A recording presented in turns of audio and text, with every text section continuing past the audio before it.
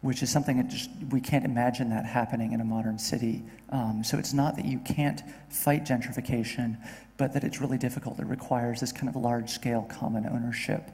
The speed that the real estate market moves at makes it really difficult to generate that kind of common ownership without state support. Commercialization of public space. The concept of public space came about in Renaissance Europe. You had public, city plazas that became the kind of social hub of the city. Previous to that, when you had like a king who was literally the body of the state, there couldn't be this concept of the public in the same way. It requires this definition, this split between what is public and what is private. When the state is embodied in one person, there can't be just kind of theoretically this understanding that the private is separate from that.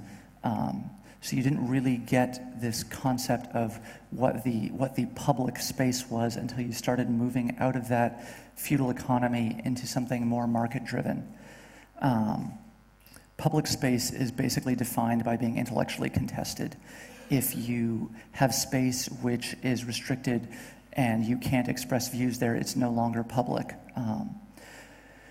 Now that said, access to public space has always been restricted along various social categories. Until the 20th century, women did not have access to public space. It is still contested along a lot of different social lines via selective enforcement of social norms. However, in general, at least in theory, the concept of the public space is space where reasonable actions must be allowed. You must be allowed to campaign for political actions. There's a certain expectation of some level of freedom of speech that is part of what defines space as public. Because these public spaces are kind of the life of the city socially, they end up being very desirable retail territory. So you have retailers kind of surrounding these public spaces. Starting in the 17th century, you had private creation of spaces that were functionally public. And in the 19th century, you had private creation of private spaces that mimicked the appearance and some of the function of public space, but weren't actually legally public. So you couldn't actually speak your mind there. You had the creation of the first shopping malls. As those became more prevalent with suburbanization and with car transport, and it could be more effectively segregated by distance and became more of a social category, they eventually got merged back into the city, where you now have in urban cores a lot of spaces that are actually, that appear public but are actually private, or this kind of semi-public, semi-private space.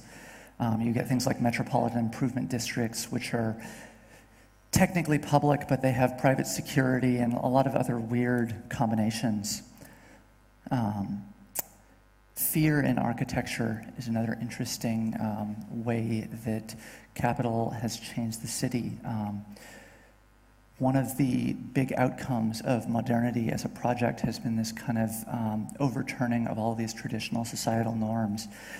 And this has created a lot of kind of social fears as categories, things that were normally dealt with via these traditional mechanisms, whether or not those, gave rise to any kind of equality.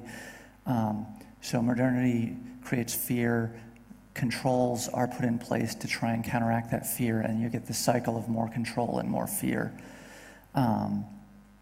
Commerce has been another big driver of urban control. You want these controlled environments so that you can sell things. You don't want the dirty, noisy, complicated street and people coming and protesting in your store. You want to keep those people away so that you can have this nice, sanitized shopping experience. This is spread to communities. You have gated communities, whether it's a gated apartment building or, literal gated suburbs. You have companies moving out of the city into office parks. Some of this is happening for theoretically economic reasons, but there's also a lot of, this is a space that we can control. We can put a fence around all the buildings on this campus and know that it's just us here. As technology becomes more and more capable, technology is getting used as a site of control. You have security cameras, you have, tracking for cell phones, there's lots and lots and lots of layers there. These technologies get abused just because they exist. It's basically when you create a power structure like that, when you create a capability like that, it's going to get used. And that's not really talked about that much in the widestream media. So what can we do to all this? This is a pretty grim picture of where the modern city is, but it's not as one-sided as it seems. This kind of control isn't total. And even some governments are starting to come to understand that, yes, this quality of life thing has something to it and put a certain amount of support behind that. It's often pretty narrowly defined and pretty socioeconomically limited. But there is some support there. Both large and small scale civic involvement is really critical for countering these kinds of pressures, but that's not what we're talking about. We're talking about what individuals can do directly through direct action. How do we justify our action in the city? There's this concept of the right to the city. Basically, the city exerts force on you via all of these different means. We have a right to object to that. We have a right to self-determination. This is, a fundamental human right. Therefore, we have a right to act in the city. There's a concept of spatial justice, which is basically combining the social justice movement with this understanding of spatiality and geography and, pushing back against this totalizing control in the city. If we're working in the city, we have a responsibility to work inclusively. The right to the city is founded on equality. There are limited resources in any city for intervention. So if we want to work, we need to work with other people. We need to reach across all of these boundaries, whether it's race, sex, gender, ability, nationality, language, whatever it is. A lot of these boundaries aren't comfortable to breach. They aren't easy to breach, but we have this responsibility to do so. The right to the city is based on this concept of equality. One of the issues, especially with working with the imaginaries, and this is one of the things that happened with gentrification, is that you end up in a position where the people who are creating the imaginary for a neighborhood or the imaginary for an environment can't imagine other people in that environment. And so those other people end up getting forced out. It's the artists didn't imagine anyone but artists in their neighborhood and, kind of created these structures that forced other people out. Working with other groups is a big part of this kind of inclusivity. There are a lot of urban networks. There are a lot of cultural groups. Reaching out to those kinds of groups through your actions is important. Informality is an interesting issue. Informality subverts control. It lets you act outside of a lot of these structures that have been created. A lot of the time, the state doesn't bother or can't control that last 5 or that last 10%, and it's not worth it to them to do so. And that gives us room to act. We can create these informal things. We can get away with stuff on the margins, and those small changes add up. This is one of the benefits of working with cultural processes is that all of these small actions in this kind of informal edge regime work. A lot of the times this comes with a cost. If you're trying to make a living in an informal economy, it's not really a great place. So, it can be problematic territory to work in, but it's also a really important area. If the state feels actively threatened, they will clamp down on informal actions, but, there still ends up being margin that we can skate through.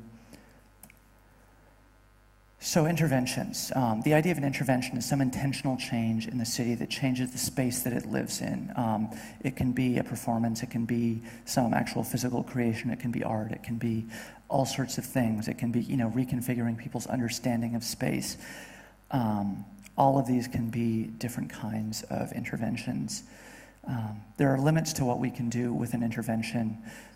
There are deep social issues that we're trying to address here, but those social issues come from larger forces. So we may be able to slowly create mass change, but we can't literally design our way out of, a lot of these problems.